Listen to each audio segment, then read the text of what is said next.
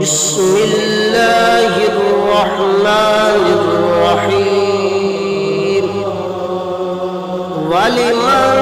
خاف مقام ربه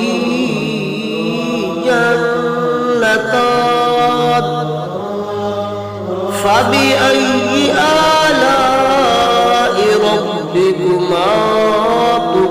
تكذبان ذواتا أفنان فبأي آلاء ربكما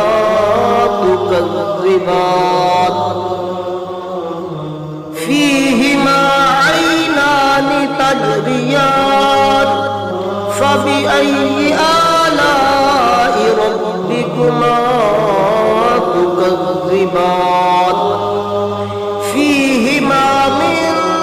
كل فاكهة زوجان فبأي آلاء ربكما تكذبان متكئين على فرش بطائنها